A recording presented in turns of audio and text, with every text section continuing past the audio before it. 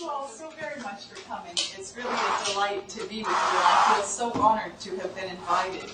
And I didn't realize that you have such a nice focus towards psychic ability. I thought development circle, who knows, you know, that's great. We're developing, it's a good thing. But to hear that you have an interest towards psychic ability is really wonderful, because that is truly my playground. That's the sandbox I play in. And I did bring a couple of books. I brought this Positive Possibilities is one of a set of five, I mean, but it's the first one, it's the only one out. And it's just health and healing tips from a medical intuitive perspective. And my mentor and teacher, Dr. Otto, who was a chiropractor in the San Luis Obispo area, he was not a psychic, but he really appreciated and saw that in me and really helped me to develop it and nurture it. And he said, you know, why do you call yourself a medical intuitive? And I said, well, that's because that's what's entered the vernacular. Carolyn Mace, you know, began her lecture tour in the 90s, and she started referring to herself as a medical intuitive. And so I thought, oh, well, that's what, because I'd been wondering for years what to call myself. Because, you know, kind of a health and healing psychic. I mean, it's a little clumsy, you know. Medical intuitive, okay. But Dr. Otto would say, you know, wait a minute. You know, medical usually connotes drugs or surgery, medications or surgery. And he said, and you're not really working in any of those areas, you know, you're more of a holistic psychic. And he said intuitive is a little bit soft. It sort of denotes, well, you've got a hunch about something, you know. And he said, and actually your information is very clear and very direct, and it is. So I've kind of settled on clairvoyant healer.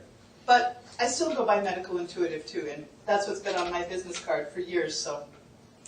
And if you'd like to get an email for my radio show, which I do every week, just go ahead and put your information down there, and I'll make sure that you get a copy. I send out a newsletter every week about the topic. And the topics on the radio show are all about developing your spirituality, or deepening your spirituality, and developing your psychic ability, and finding your own true purpose in life. And so when Luann contacted me about this group, we were like, well, what topic do you want me to speak about? Because I do talk on a number of different subjects.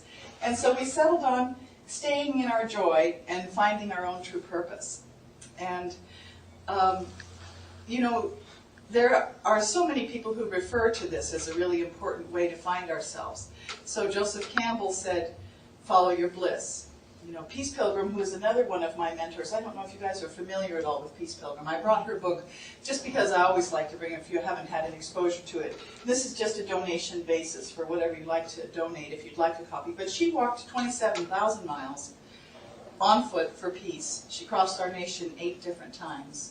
And she's probably one of the only true American saints that we have. And she did her pilgrimage. It was a true pilgrimage, a prayer, a walking prayer for peace. And she carried only what she wore, and that and a pen and a little bit of paper, a few stamps to answer letters. And she fasted until she was given food and walked until she was given shelter. And this was in the 50s. She started her walk in the 1953 and passed away in 1984. Walking the whole time. She died, interestingly enough, in a car accident, but that was because she would accept rides to her speaking engagements. But she spoke in universities across the nation, and she actually spoke at Cal Poly here, and I think she did some churches here in the Santa Maria area as well. I'm sorry I missed her. When I was young, I was only in my 20s when she came through California at that time when I was old enough to know about her.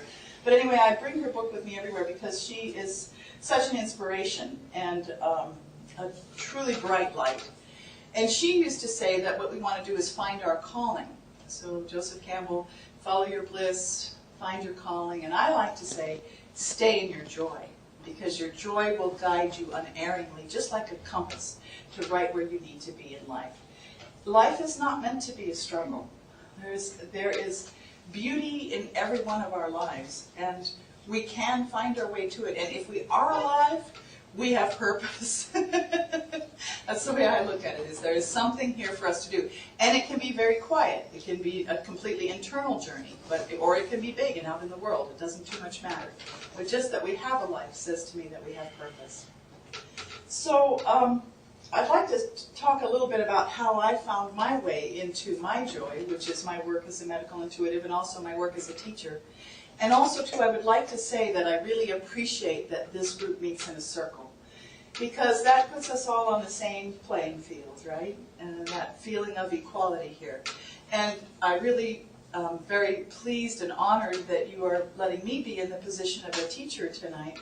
But I want you all to know very sincerely that I know that I could learn just as much from each one of you about whatever your subjects are that you're really good at. So just to make that very clear right from the start, I see us all as amazing and beautiful lights who have so much to give and so much to teach. So thank you for letting me be in this position. And also, too, I'm a big proponent of comfort. So if you need to get up and go to the restroom, stand outside for a breath of fresh air, anything, just feel free, make yourselves comfortable. That's one of the things that my journey has taught me is, just at all times, let the body be comfortable. And I was born into a family that had psychic ability on both sides, quite strongly. So my mom was a premonition dreamer. She saved our lives on a number of occasions with her premonitions. At one point, she woke up from a dream, and this is the middle of the summertime. We were raised on the lake, and she said, "You're not to swim in the lake." This was a lake in Los Angeles, which, and we were like, "What? We can't swim?" She says, "No, you can't swim." I had a dream. What? Why can't we swim in the lake? I'm not going to tell you. And the dream that she had was that there was an alligator in the lake, and that the alligator had grabbed one of us and pulled us down underwater and drowned us, and pinned us under a sunken boat and ate us over time. Kind of a bad dream, right? And so she woke up with the terror of truth, knowing that this was a premonition. What lake in Los Angeles has alligators? None, right? But in the 60s, they used to sell baby alligators in pet stores. And this particular individual had apparently outgrown its former accommodations and was, probably kept in a bathtub or something till it was big enough. And it was 4.5 feet long, which is certainly large enough to very strong swimmers to pull a child down. I think it was like a crocodile. I don't know what it was, but anyway. About a week or two after this dream that she had, the lake manager, the caretaker, the guy who kind of tended to things, came to the door, hat in hand, and kind of, knock, knock. And he never came to our door, and it's like, Mrs. Lang, I thought I better tell you, since you have small children, that I just pulled a 4.5-foot alligator out of the spillway at the end of the lake. And my mom was like, whoa, so shaky knees, and suddenly the caretaker Bill, he grabs her arm. My dad happened to come around the corner, got her other arm, ushered her to the sofa, and she told us, yeah, that was my dream. I dreamed that, and so after that, it was like, okay. You listen. Yeah. If my mom said, I don't think you should do that, we were like, okay. And it took me a long time to get back in that lake. I mean, I first went in with my boat, and I wouldn't let my brothers come with me because they were too, potential risky, scare me or something. And then it was like maybe a year or two before I went in the water, and then I was always looking, if there's those two little eyes. Never the same. Never the same.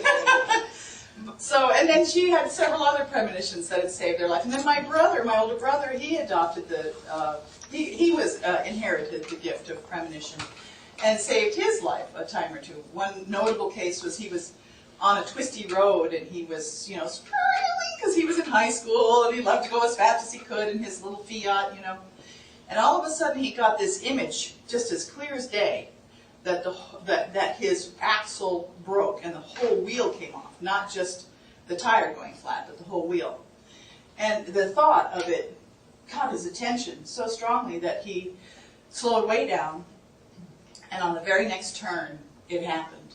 The wheel broke off, bounced in. There was a berm that he went up the berm, and it was just straight cliff down, and the wheel went over a telephone line and down the canyon. And he walked home, because you can't fix an axle. It was like a 3 or 4 mile walk, and he was like, okay, and he was very quiet about it when he got in the door. Yeah, well, I kind of knew, And I thought about, he probably had his angels and guides, sitting on that front fender, you know, just like watching, you know, okay, send him the picture now, you know, this is it. And, you know, and then I had a grandmother who was a palm reader and an animal communicator on my dad's side. My dad was a reincarnation baby, so he remembered his former past life and told his mom all about the details of that life and used words from that other language, which is known as xenoglossy, big term, xenoglossy. Means that you can speak a different language when you're a child from your past life.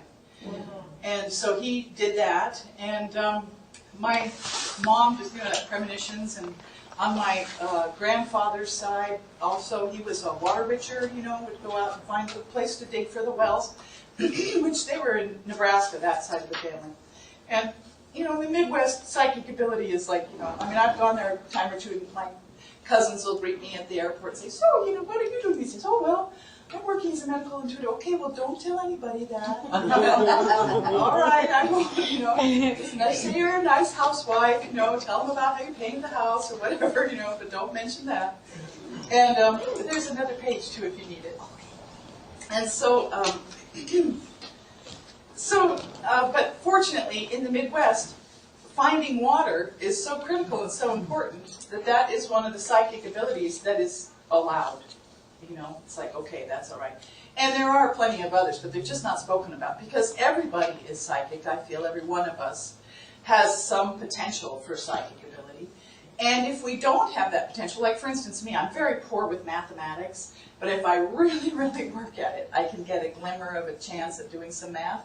And the same thing with psychic ability. Even people who are not very good at it, if we practice at it, just like if we sat down to the piano and practiced, we can get better and better.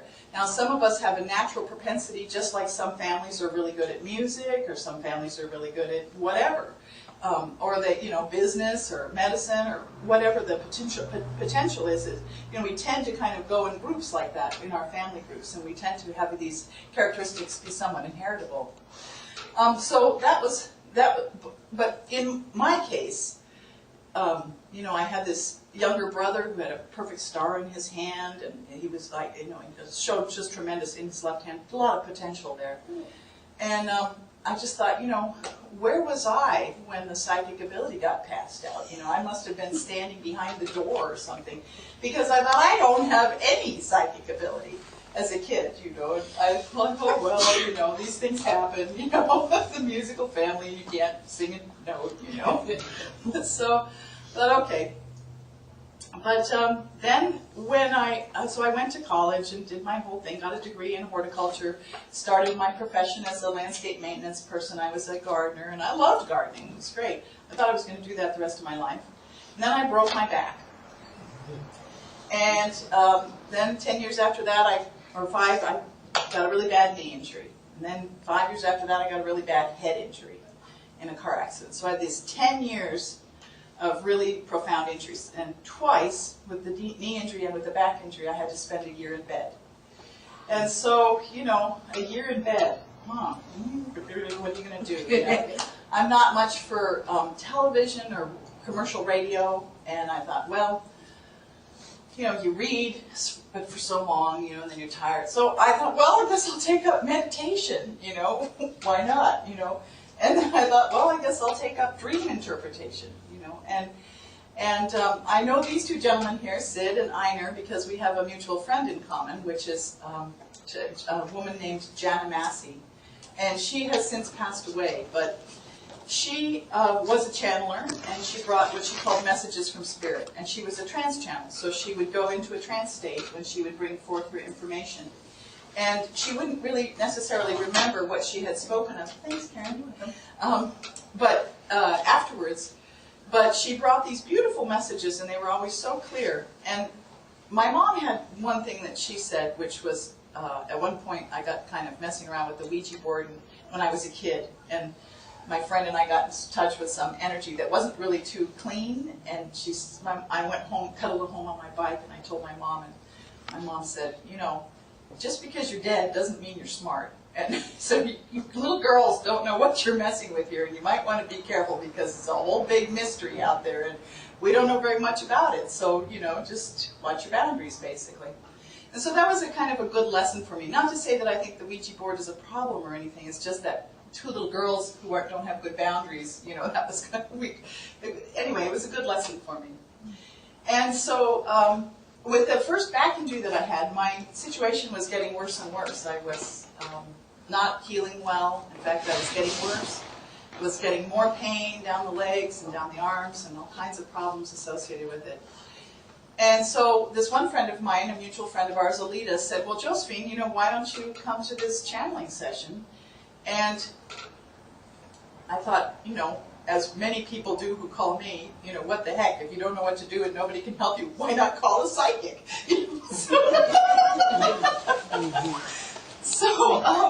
So I went, and I had a miracle healing that night. And from being able to not stand and walk for any more than a minute or two, I was able to walk a half an hour the next day, and it just got better and better from there, and that was a real turnaround.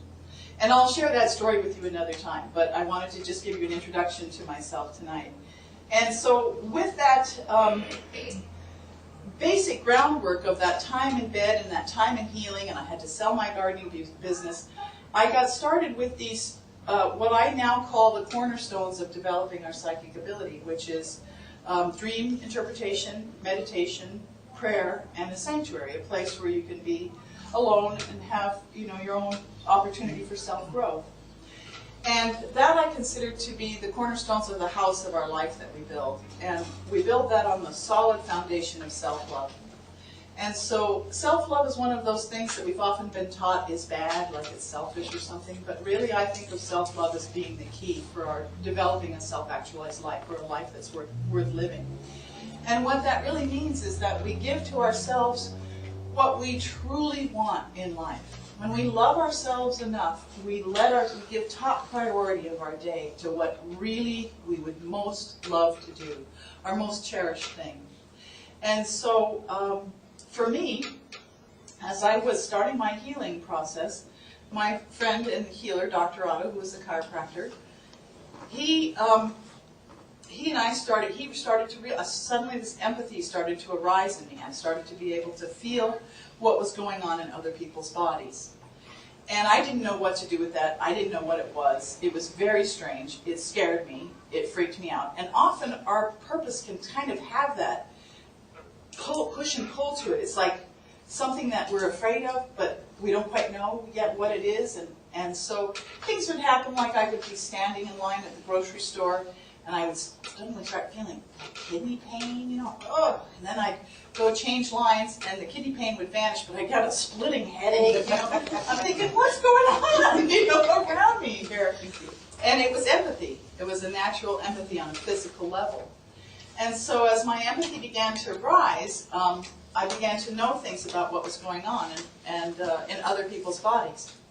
And so my healer, chiropractor friend, who was one of these really great alternative healers who does, you know, the applied kinesiology, muscle testing, you know, and was able to really do subtle diagnostics. He went on his usual 2-week vacation to go on a cruise ship.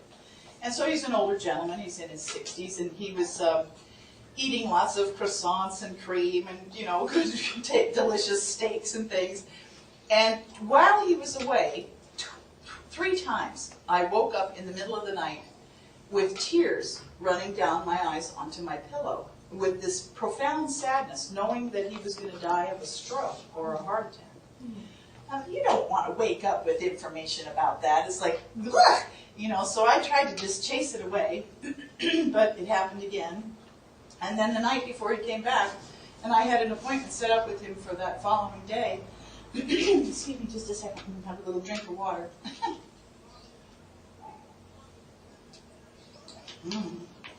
Lovely. So that night before he came back, it happened a 3rd time. And my mom used to always say, you know, 3 times a charm. You know, something happens 3 times, you better take action. You know, so when I came in for my appointment, he was there. I said, you know, I don't know how to tell you this, but this is what happened.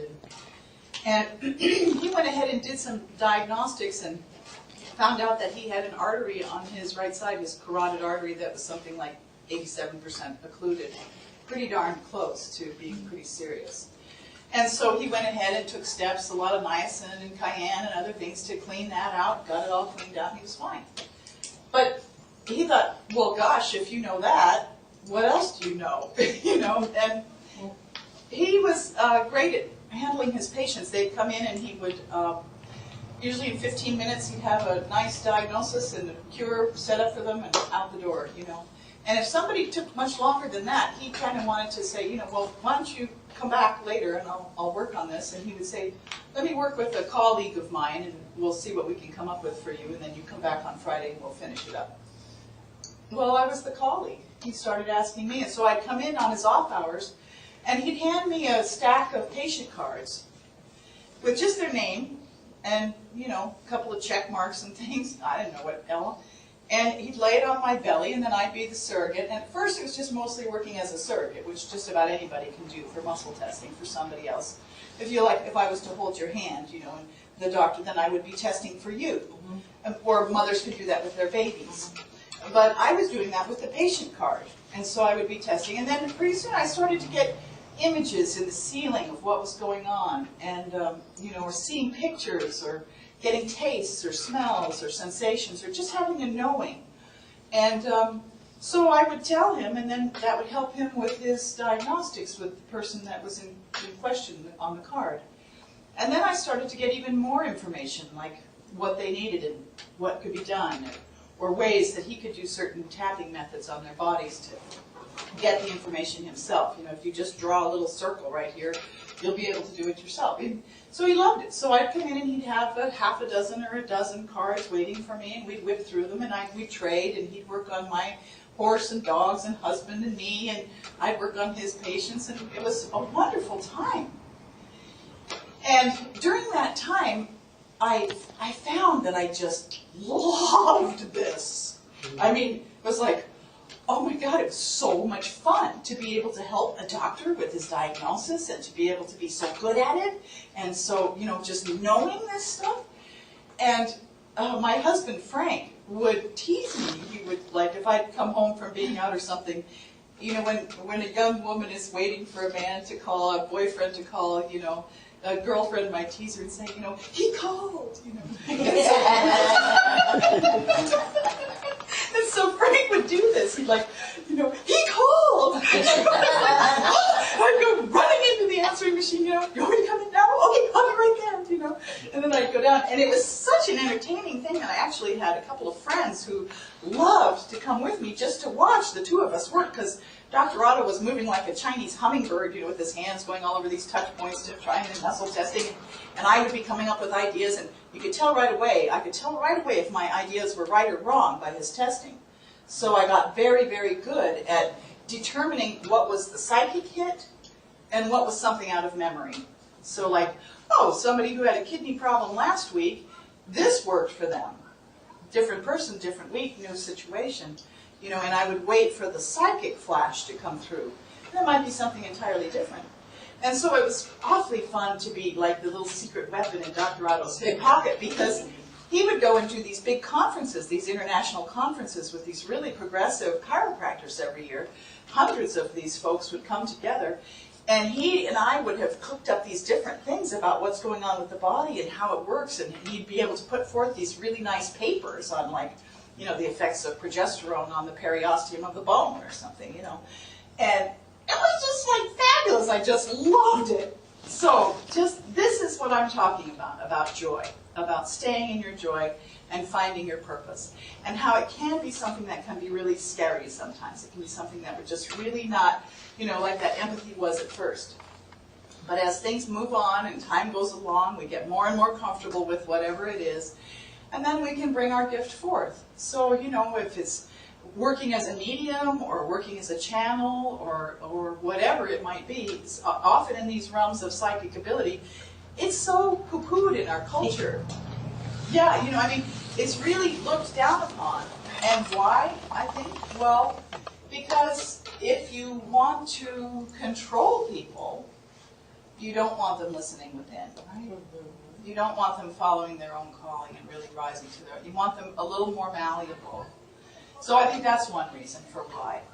Also, too, people are afraid of it. So they've gotten started with something and they've had a spooky situation like I did with my empathy there.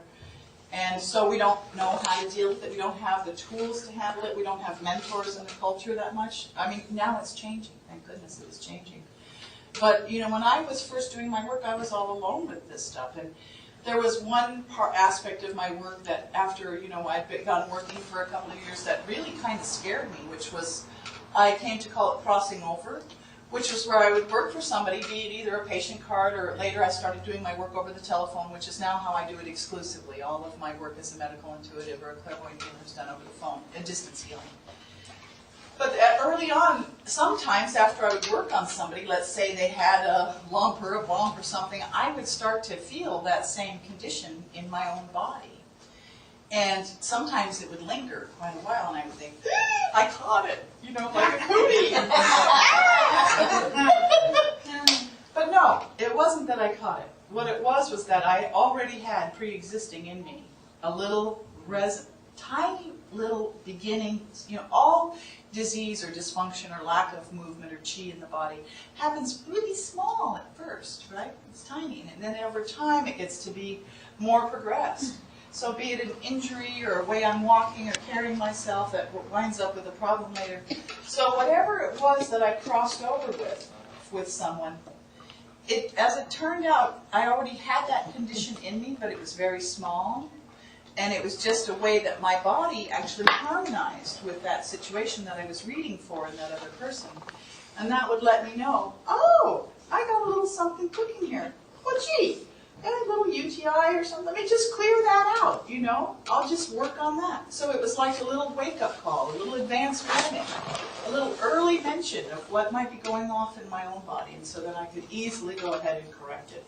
So at first, crossing over scared me. Later, it was like, oh, thank you. Now I can address this while it's really small and easy to approach. So one of the things that Joseph Campbell talked about was the hero's journey. And I had not really ever thought of that in terms of myself, but my friend Tony Taylor, who's my editor, he is helping me with a big book that I'm writing called Step Into Magic, which is a lot of what the format of the radio show is kind of about. And hopefully, one of these years it will be out there. We'll see. It's that the publishing world, you know, is kind of falling around its heels in shambles. So we'll see if they recover it if something like that happens. But in the meanwhile, maybe I'll self-publish, who knows. But anyway, Tony is a writer also, and he went to one of the night writers meetings, and there was a person who was speaking there about the hero's journey. And when he came back from that, he said, you know, Josephine, I've realized that you've really taken this hero's journey in your life. And so he sort of spelled it out for me. There's this, you know, you're living the day-to-day type life, la-di-da, you know, like I was as a gardener. And then there's some sort of a wake-up call that says, you know, hey, things are different, and nothing will be the same. And many of us have had that experience in our lives. Something big, usually often traumatic, will happen that changes everything and is never the same again. And so for me, it was my injuries. And those were kind of my wake-up call. And it separates you from others. And in my case, that was the empathy coming on. I mean, I was all alone in that. I didn't know a single soul. This was before Carolyn Mace had her lecture tour. And the only person that I knew of that did anything remotely like that, and I didn't really know very well, was Edgar Cayce, who was in the 50s. Do you remember Edgar Cayce? He was called the Sleeping Prophet. And he would do diagnosis and healing for people while he was asleep. So he would lay down on the sofa, the client would come in, sit down, there would be a scribe there, somebody was taking notes for him. And then he would just sort of start telling them, well, you need a castor oil plaster on your liver and your pH balance is off. I said, and, you know, I really had never read any books by Edgar Cayce or anything. I just knew about him, and I thought, you know, this is so weird what's happening to me. How different is this? But I hesitate for us to even use that word with psychic ability anymore, the word weird, because it's not weird. It's actually normal. It's actually a part of our natural human birthright. And so I hesitate to even use it, because we all say that, don't we? We say, do you know what was really weird? I got a visitation from my grandfather last night. He's been dead for 20 years. You know, it's not weird. It's normal. But at that time, I thought it was, because I felt so all alone with my empathy, you know, standing in line in a grocery store and having hit pain or something, you know. And so there's a kind of a reluctance, and it can be frightening as part of the hero's journey. And then suddenly, the same thing this happens for the hero too. Doors will open for you where there would not even be a door for someone else, right? So in I go to the inner sanctum of Dr. Otto's office, where I get to work with his patients and be so thrilled by the experience that I was having. And then you have to confront your fears, the hero has to, and so here I am with the crossing over, yeah, what's that about my Katakuni? No, I don't want that, you know. And so going through, pushing through, you know, you have to push through these things. Another fear that I had to confront was legality. You know, only medical doctors can heal in this country. And chiropractors squeezed in by the barest little potentiality in the 40s and 50s. And it's still very tricky for them. I mean, they can lose their license in the drop of a hat. I used to work a lot with doctors. I worked with not medical doctors, but alternative healing doctors, chiropractors, acupuncturists, those sorts, naturopaths. But after a few years, I realized, you know, this is too dangerous for you guys.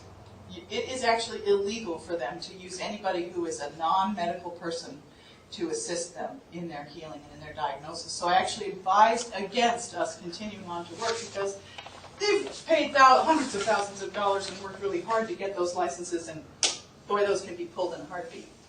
So I discouraged that relationship, even though I've worked for a couple of dozen, you know, people that had licenses over time. I realized after a while that it was actually very dangerous for them, so I advised against it. And then for my own legality, you know, nobody can do healing work. It's illegal unless you are a medical doctor or a chiropractor or Chinese medicine has squeezed in, or a minister. Ta-da! So I got my ministerial license. So that was one of the fears that I had to push through. And now, of course, though it's not still the case for federal law, but most of the states have now adopted laws that allow alternative practitioners to do healing work legally. So in California, you can be an herbologist. In California, you can be a naturopath. In California, and in several other states as well. Well, I think California was the 8th state to adopt that. So there were laws that were passed that allow me to do what I do. But I do have to have everybody sign an agreement form before I work for them that makes sure that they know that I am not a medical doctor. And I throw in there that I'm also not a trained psychic. I've had absolutely no training in any regard for my psychic ability. So, you know, get over it. It's all right. You know, we can stand up and be psychics without a certification. You know, that's okay. That's what the statement I'm trying to make with that on my agreement form. And also my agreement form is for the highest good and truth, which is something that our friend Jana Massey taught us about how we make that agreement. And I'd like to share that agreement with you right now. So it goes like this. Together we agree that everything that we think and that we say and that we do at this time will be of the highest good. And together we ask for truth, the understanding of that truth, and the wisdom to use it in our lives. Can you all agree? Isn't that a nice agreement? So I do that for all of my work when I'm working as a medical intuitive. And I start my radio show with that agreement as well. It's just a nice thing. It sort of sets the tone for the whole environment. And I welcome all of you to use that agreement or something similar to that you make up as well, because it's a great way for us to interact with each other. So then on with the hero's journey. They say that the hero has to slay the dragon, but I like to also think of it as soothing the dragon or befriending the dragon. And so that is the dragon of our fears. So for me, I soothed and befriended them. I work with them and I actually love them now, like the crossing over situation is so helpful for me to keep my own body healthy and in good order. And then, that happens when you overcome those obstacles and then you claim the gold. And the gold is what you can bring back to your community to share, right? So that's why I was asked to come here and talk. It's because I managed to do that. And all of us have had some sort of heroic journey in our own lives that we have done.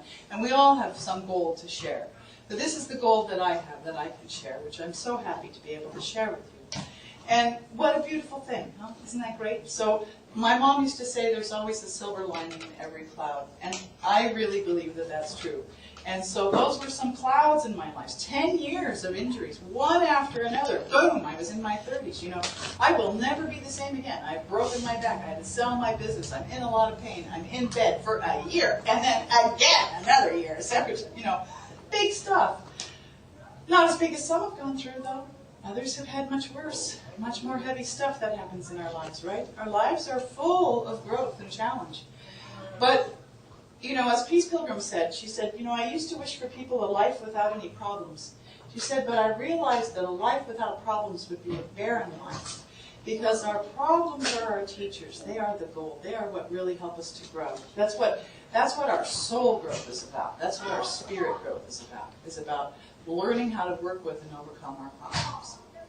Now, another thing that Peace Pilgrim said that I really liked was, she said that, you know, to live a life where you found your calling, it doesn't have to be the hero's journey. That's not going to be the case for everybody. It can also be as simple as, she knew this one woman once who was, she loved to swim, and she liked to arrange flowers, and she liked to sing and play music, play the piano. But she wasn't good enough at the piano to give lessons. And, you know, she wasn't really that great at swimming to give lessons either.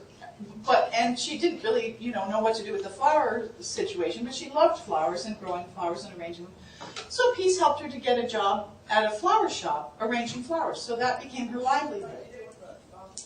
And then for exercise, swimming is great. We all need exercise in our life. So she took up the swimming on a regular basis as exercise, and then for her piano and singing, she started going down and volunteering at the old folks' home to bring in the old show tunes, which she loved to play and play for them. And with that, a beautiful life was created, a life full of purpose and full of joy. So it doesn't always have to be the heroic thing. It can also be very simple and very lovely like that. So I wanted to share that little story with you too. And, oh, ta-da! I forgot, I have several things I wanted to pass out. So I'll send one group this way, and maybe I should keep one, no, that's okay, I've got it here, and then I'll send the other group this way. So, Can I ask a question? Yes. It came up later, just because this is a question that came up, and you Yes. touched on it. When you started having those Empathy. and well, when you started experiencing physical manifestations in your health, you said you didn't need to work to heal that. Yes. Are you able to get information for yourself? Yes. Oh, yes. Because I know a lot of people are having trouble with that. Yeah, it can be sometimes tough. The ones that I have the hardest time for are my close friends and family, just because I'm a little prejudiced, right? You know, I know them very well. You know, we know our close family very well. And so it's a little tricky for me to get accurate information for people that I'm very close to. Because I already have these preconceived ideas in my mind, and it's less easy for me to get a clear psychic panel for folks that I know about. That's fair for you for yourself. Mm-hmm. Yeah, and if I really clear myself, I can receive for my family members and friends fine too. But I always let them know, look, I'm not as accurate when it comes to. So what's really good for me is just like the card with Dr. Otto. Name, address, a little bit of information about what's going on with them, help them heal them, and then I'm pretty good to go. I just start like what's the symptomology, and it just comes drops in. So like in an average reading, when somebody calls me for a reading, the first thing that happens is we sort of have a brief check-in. Well, actually, we talk first about what their condition is, and then we set up an appointment. And then when their appointment comes, then they call me, and then I, we chat, get an update, if anything's happened since we last spoke. And then I just sort of go into a meditative state, and I clear my own self out. And then I imagine that I create a rainbow from the crown of my head to the crown of the other person. And this is after I've cleared my own chakra system. So we have the rainbow colors, inside of us. And I just let that arch through the heavens to the other person, and then I just sit in reflective silence, and I just wait to see what comes. And then I just share with them whatever images or tastes or sensations or sounds that I might have, and then I'll go back into meditation and receive a little bit more and share that, and go back into meditation again and get a little more and share that. And it just goes on like that. And usually there's an opening image that sort of sets the tone for the whole reading, and then from that I'll get into very specific details. My body, since I worked with chiropractors and naturopaths and things, I was very specific about the physiology and the anatomy of the body. And so I usually get very specific details like that for help and healing for others. So I passed out these quotes because,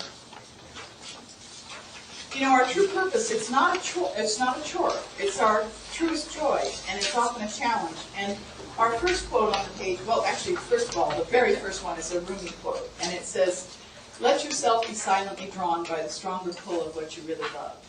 And that's really the key for how we find our way into our purpose. What do you really love? And even simple like what Peace Pilgrim spoke about. You know, you should love flower arranging and swimming and playing piano. That's great.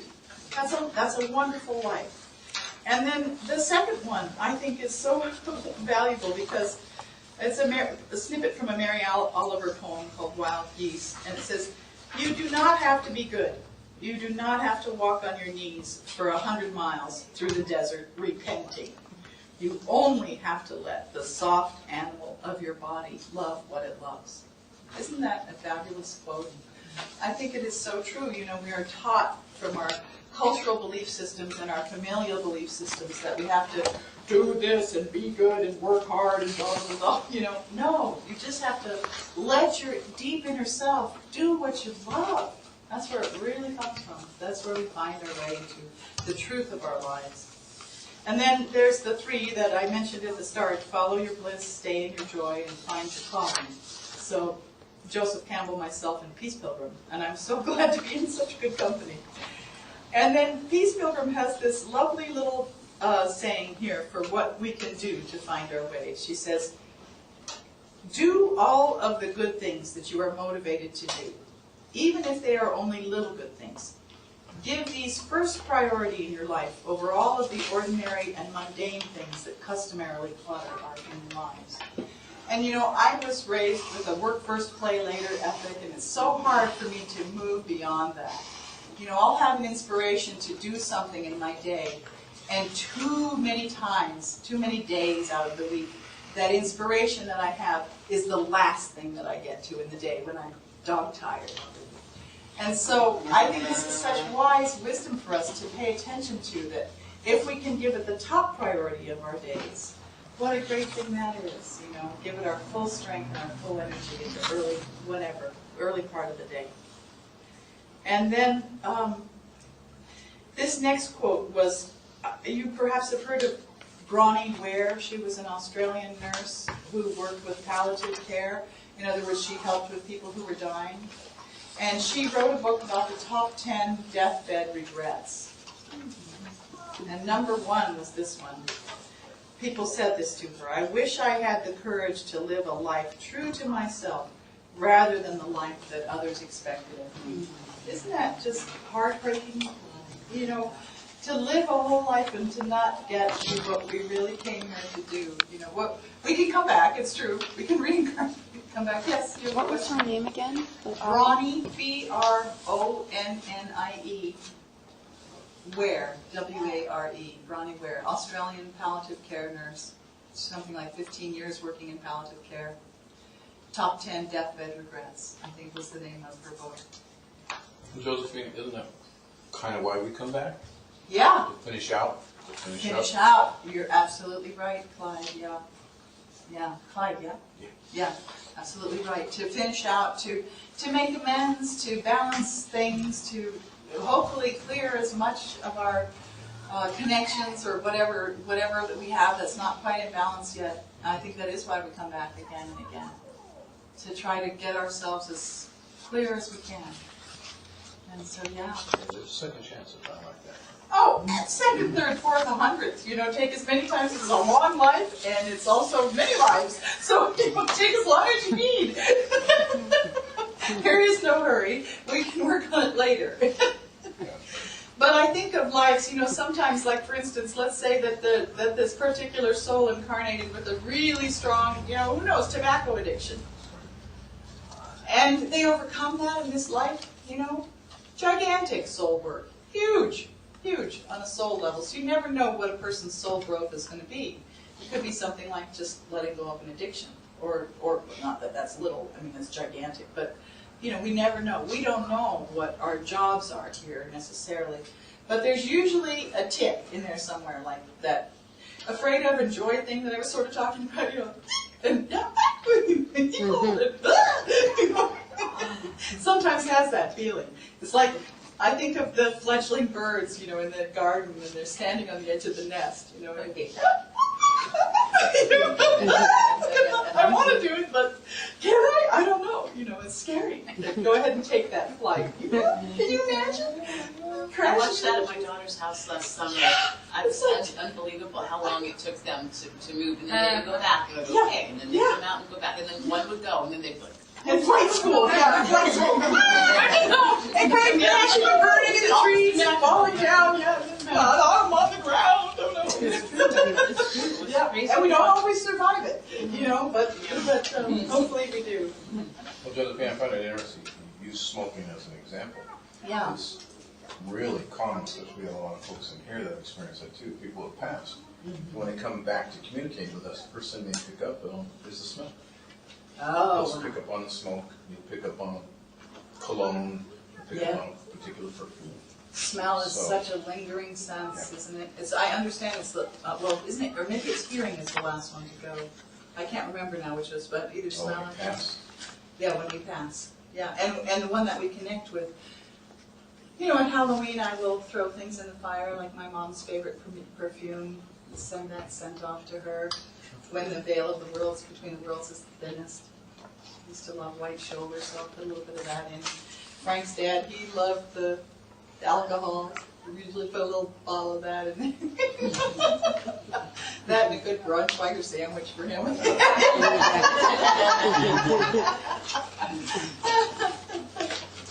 So, and then this quote here from Joseph Campbell, he says, we're not so much looking for the meaning of life as we're looking for the feeling of being alive.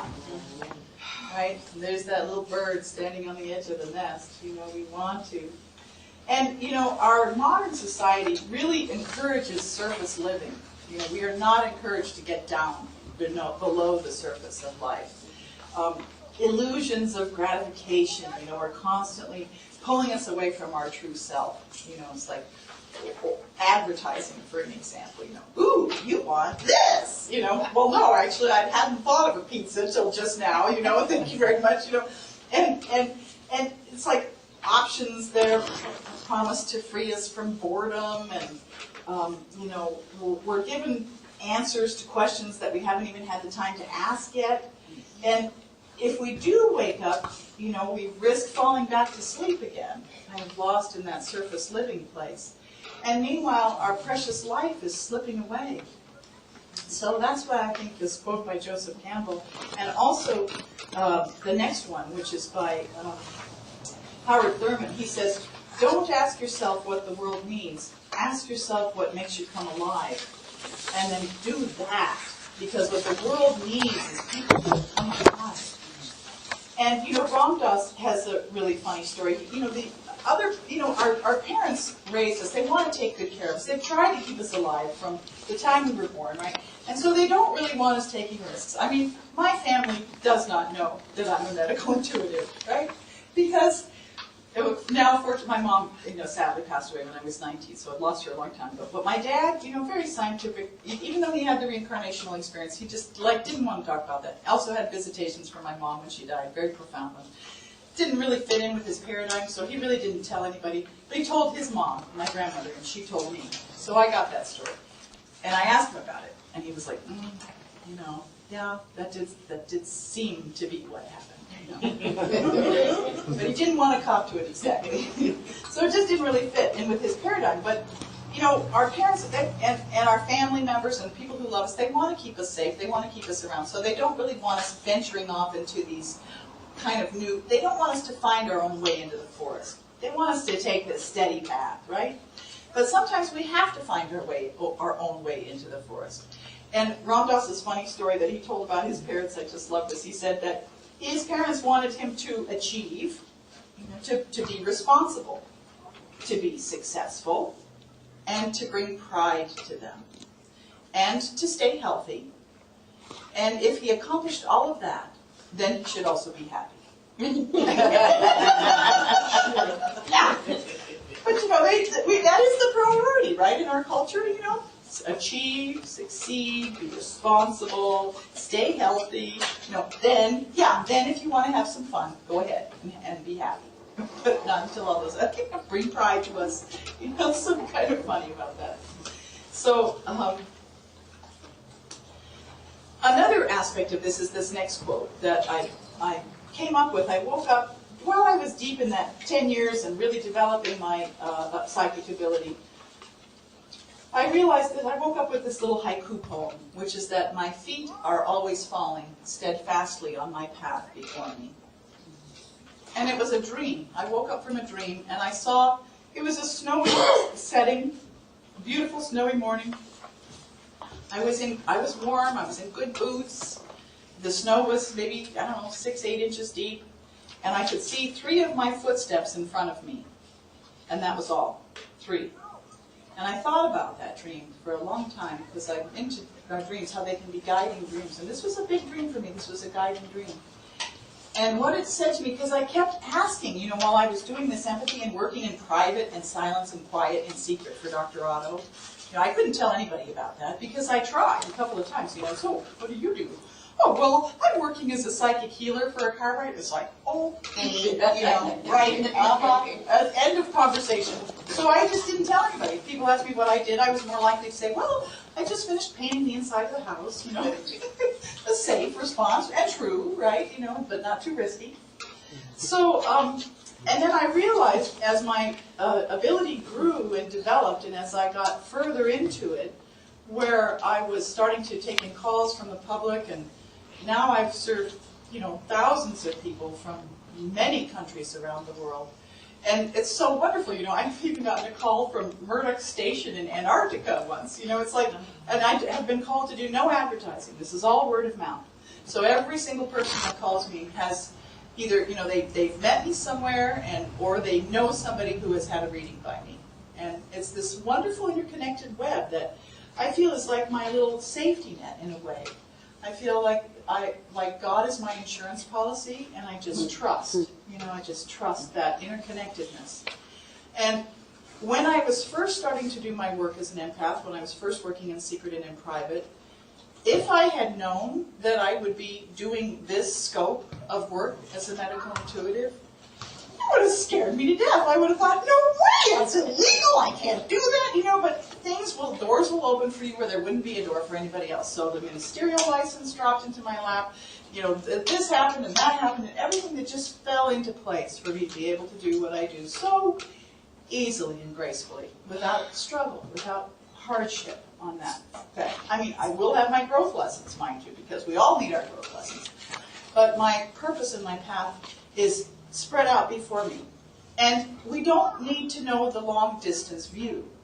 If I would have seen the next 100 steps in that snow, I would have gone running and screaming the other way, like the cowardly lion in the Wizard of Oz, you know, because I'm a Leo, you know, so, no, I'm too afraid for that.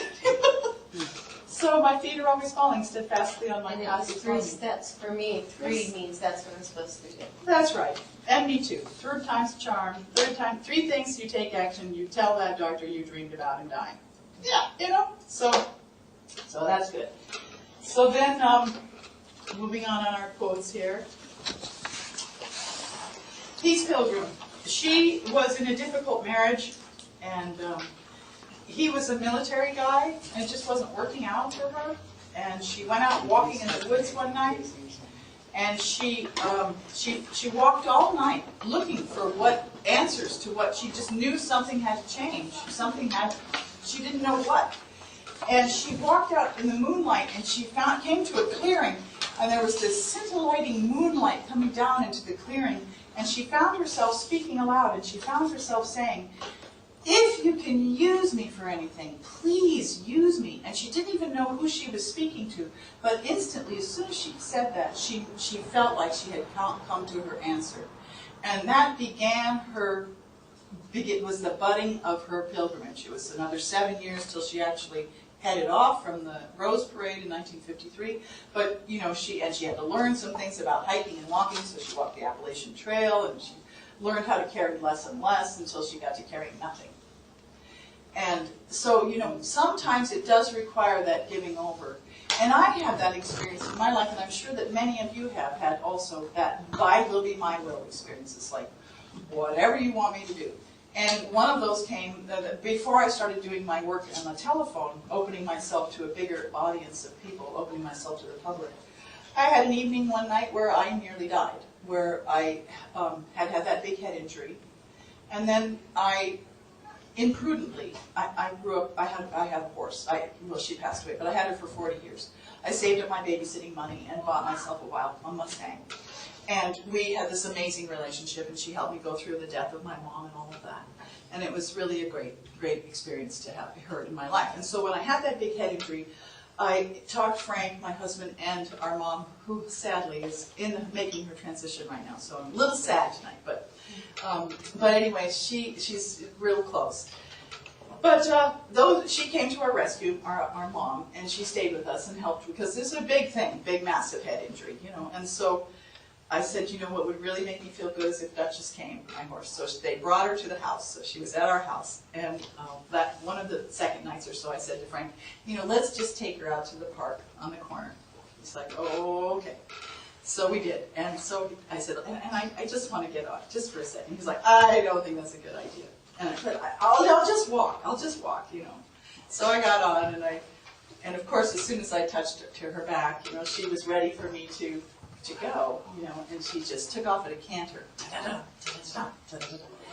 I felt my brains tear loose and start to flump on the inside of my head. Ka-thunk, ka-thunk, ka-thunk. And so I gave myself about 40 concussions, right, that night on my horse. And so I thought, oh, well, I'll pull her down to a trot, you know, or pull her down from that. I was like, oh, no, not good, not good. And so I slipped off. And I never told Frank about that. I just thought, best he doesn't know, you know, because he thought it was a bad idea in the first place, you know. So I got home that night, and I was in bed, and at that time, because of the head injury, I was not sleeping. So Frank was usually sleeping in another room because I was awake all night, except for weekends. But that was a weekend, so he was in the bed next to me. And I realized, as I was laying there in the night, as can sometimes happen in the middle of the night, we've done something that was really a big mistake.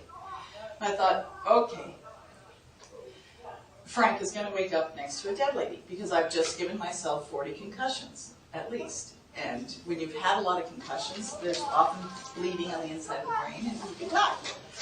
So I thought, okay, I think I'll do something that I haven't done in about 30 years at the time, because my dad was an atheist, my mom, you know, we did religion with my mom, but not much, so I had kind of given that all up, and I got down on my knees and I said, all right, you know, if you'll let me live through the night, I will do anything, whatever you want. Whoever you are, I don't know, but just, I'll do it.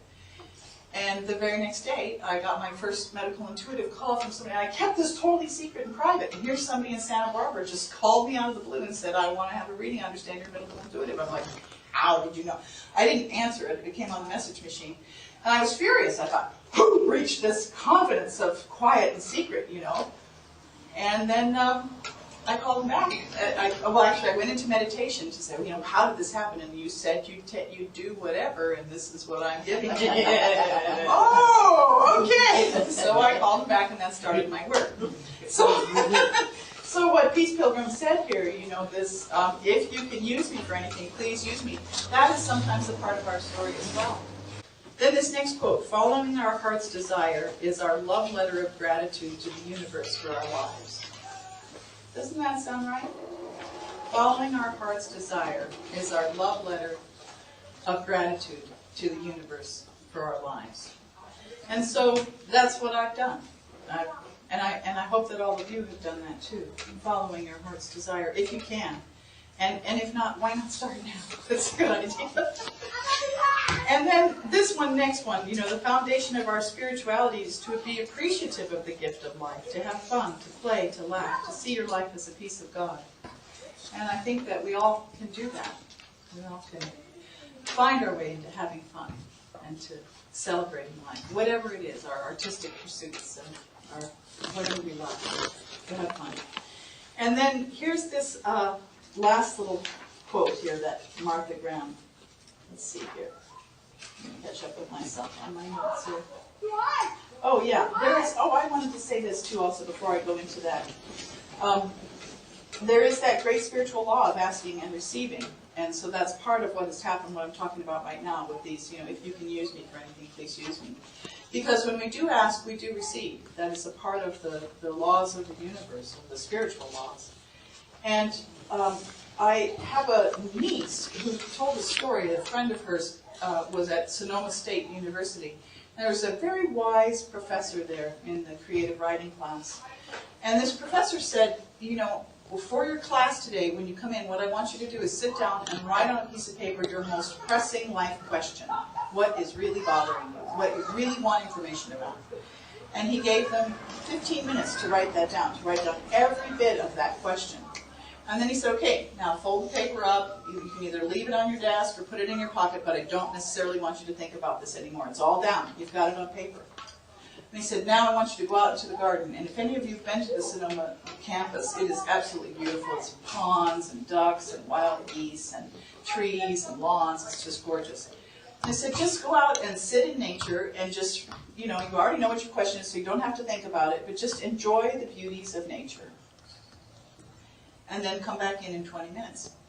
And everybody did. And then he said, okay, now sit down and write the answer to your questions. And since you put so much time, I've done this exercise many times, and I've taught it as well. It's a wonderful exercise. And since you put so much time into the details of your question, often the answers come in 2 or 3 words. It's just like, ta-da, okay, I get it. And so this is a wonderful tool that we can use to help us with our pressing questions and with our purpose if we don't know what it is. We can step out into nature and let that just let it just lead us. And then, let's see. I think that our connection with nature is not a metaphorical one. I think it's a very literal one. I think that we are nature, we are a part of nature, and that we humans have gone out into nature forever to seek the answers to our questions. We've gone out to the shores of lakes and rivers and the ocean. We've climbed high in the mountains. We've sought the crystal caves or gone deep into the caves of the earth. We've gazed into ponds and reflecting pools, and that this is another way that we can find our way in life, by just using the beauties of nature to inspire us and to just spend time. Even if it's out in your own backyard, it doesn't matter. Just sitting under any one of these trees that we can see out the window, or even with a houseplant. Nature is amazing. I always like to bring a bouquet with me when I speak, because there is so much that can be had. So this is the Pearly Everlasting. This is a weed that was growing across the street. Aren't they just stunning? And this is a geranium. The geraniums were so hardy. They grow everywhere. And this beautiful Mexican bush sage here. I just love this plant. The hummingbirds come and love it. And of course the lily of the valley, the agapanthus. So nature. And then a friend of mine made this little sign for me, which is know thyself. That's another part of what we do when we go out into nature and take our time in the sanctuary of the great outdoors. Right? It's a beautiful thing. And we can find sanctuary anywhere. We can be in our car parked up front. We can just go ahead and take our time to give ourselves an opportunity to be alone with our thoughts and to think what we need to, what we want, resolve our issues in our life. So we, ancient peoples have communed with the natural world for a long time. The standing stones, the great circles of Stonehenge and Glastonbury, the Tor, all these places. A lot of them are on ley lines, which are electrical lines into the ground, or they're on power centers where ley lines meet with underground waterways and travel together. So we have a natural ability deep in our human body memory to connect with nature in a very literal way. And so I think that that's one of the things that we can also do too when we're looking for our purpose and when we're seeking, that illumination from within.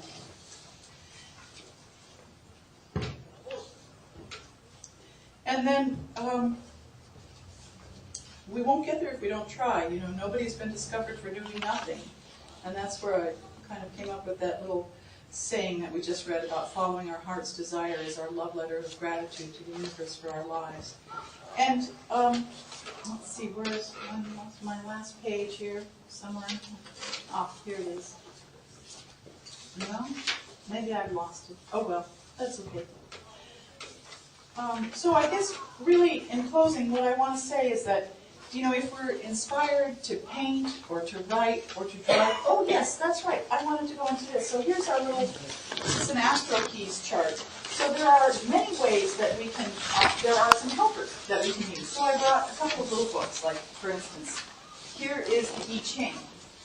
This particular version, the Wilhelm version, has a foreword by Carl Jung that's about 20 or 30 pages long. Very nice. You can cast the runes, or you can throw the coins of the I Ching and get guidance in your life. I've used these messenger cards quite extensively earlier in my searching. I had one friend who was looking to do a divorce, and she was uncertain about it, and she asked if she should, and 7 different occasions she pulled the joy card. And so she got the picture and she went ahead, and it turned out to be the best thing for both of them. Of course, it brought them both joy. These medicine cards here by Jamie Sands, you know, some of you have explored these with, some people call them the animal cards. Wonderful. There are tools that can help us guide our way to find our way if we don't feel like we've gotten the information directly from nature. This is another brilliant book by Jeff Green. It's called Pluto, The Evolutionary Journey of the Soul. And Pluto is one of the planets that's in our chart. In my chart, my astrological chart, I happen to have what's known as a stellium, so all of my planets are together in the 11th and 12th house. The 11th house of, the 12th house is of psychic ability and the 11th house is, well, here, right here on the Astro Keys. Take a quick look. I'm not an astrologer, but astrology and numerology can help us point our way towards our purpose. And so I have all my stars and signs are all up in here in this, and I always thought, now, you know, I don't have anything in the house of, you know, family or home or pets or communication or whatever, or even, I mean, I do have some stuff in communication up here, but even in the house of health and healing. And I thought, how come I'm working as a healer and I don't have any planets in the house of health and healing? And then I read this book by Jeff Green. He says Pluto points across the wheel to your soul growth. And my Pluto is in the 12th house and it points across the wheel to the 6th. And so that's where I find my health, and that's where my soul growth is it's in health and healing. But it's coming from that 12th house perspective of psychic ability. So this little Astro Keys thing, this is a miracle here. This little piece of paper a friend of mine gave me. She kind of put it together. Her name is Kathy Bordino. She lives in Aurora Grande. She's a very good licensed marriage and family counselor, and she does excellent past life regression. And if you take the time to go through and look at this is like all of astrology explained on one page. And so it's worth it to take the time. So here's the houses and the different things, the different qualities of the houses. And so you'll look at your own chart and you'll see that your stars are, you know, set around in here somewhere. And then here's a little description of what each of the planets, what their characteristics are like. And then here's a little description of each of the constellations that they travel through. And basically your astrology is like if you hold your chart over your head and look at the sky, that's what the sky looked like when you were born, the moment you came in. And so it's like, oh, okay, I get it. It's just where the stars were when I was born. So I brought this along just because it's one of those things that can point the way to our purpose if we don't happen to know, along with these cards and divination. And then also, too, I'm going to be offering a class on numerology at the Ruby Dragon in Morro Bay on December 5th. It's a long ways out, but if you're interested, numerology is a lot of fun, too. You just take the numbers from your name, your address, your birth date, and that can kind of point the way a little bit to you for where it's going to be easy for you to go. And now we'll get back to our final couple of quotes on our quotes page. I can find my quotes pages. Here it is. Okay. So this quote by Martha Graham has become quite famous, and I stumbled across it it must have been 20 years ago. I found it on the piano in a room somewhere. I was just like, oh my God, this quote is amazing. And she says this, Martha Graham was a famous modern dancer, and she said, there is a vitality, a life force, an energy, a quickening that is translated through you into action. And because there is only one of you in all time, this expression is unique.